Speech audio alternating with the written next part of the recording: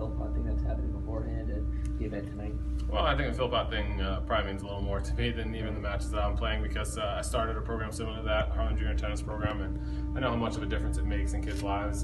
Hopefully, for me, it produced a pro tennis player, but the bigger picture produced a lot of great citizens, a lot of people that had the feeling of giving back, appreciating the volunteering nature of those that help them, and wanting to be volunteers themselves later in life. So hopefully we create a lot of great tennis fans and a lot of people that are going to be a huge credit to society. So James, as you probably are aware, you have one of the biggest forehands of all time. Our podcast would like to know, do you remember when and where was your biggest forehand recorded? And what are the secrets to having one of the biggest forehands of all time? Yeah, I've heard that the forehand at the U.S. Open was a match point against Jesse Hutagalung. They said it was recorded at 125 miles an hour. Right? Nailed it. Yeah, I remember just guessing that it was going to be there. He was going to put it into my forehand side, and I was going to swing as hard as I could if it was right in that spot. I did, and it went in. So that was a lot of fun. But I mean, the secret for me was a ton of core exercises. That was where I got most of my power, was the core and the hip turn, and because I don't have a huge backswing, so it's really just where you're hitting the ball, where you're making contact. You got to hit it on the sweet spot, and for me, it was just creating a lot with my core. Great. Played a young Milos in his first on route to his first title run at the SAP Open. Not sure how much you remember of that first match. A lot of big serves. I remember that. How has he kind of developed from there? Because you played him obviously down the line. Yeah, he developed so much more as a player. When I first played him there at the SAP Open, he beat me every time we played, but he definitely improved as a player. That first time I played him, he was dominating just with his serve.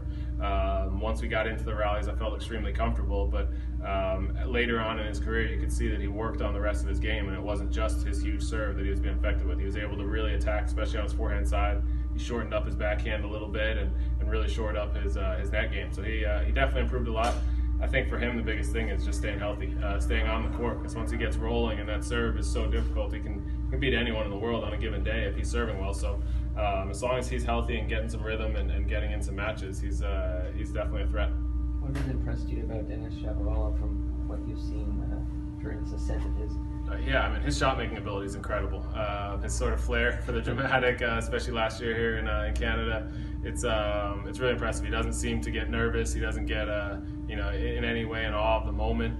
That's really incredible for an 18, 19-year-old player, and he just has a lot of potential. I've talked to a few of the guys that played him. I didn't get a chance to play him. I was a little too old, but talked to the guys that played him, and when they play him, it's not like this is something where they think, oh, this is a flash in the pan. This is something where he got a little lucky. He just got hot for a stretch. He's the real deal. He's ready to play, and he's ready to be at this level, which isn't easy to do these days, to be physically ready to play at 19. I mean, Sasha Zverev, I think, is one of the ones that's the most impressive, but Shapovalov, to be at this level, to be top 50 in the world, really knocking on the door, top 30, top 20 at 19 is really remarkable, and he's got a lot still to learn, and he's going to keep getting better and better. So I really love his attitude and his shot-making ability.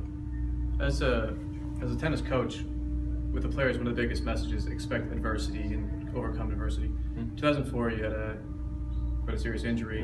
What was it like to go through that, and how did you come back from that to become, again, one of the top players in the world? Yeah, for me, it was something I learned from my coach for so long, and that was do what you can every day. Try to get better every day, figure out what you can do.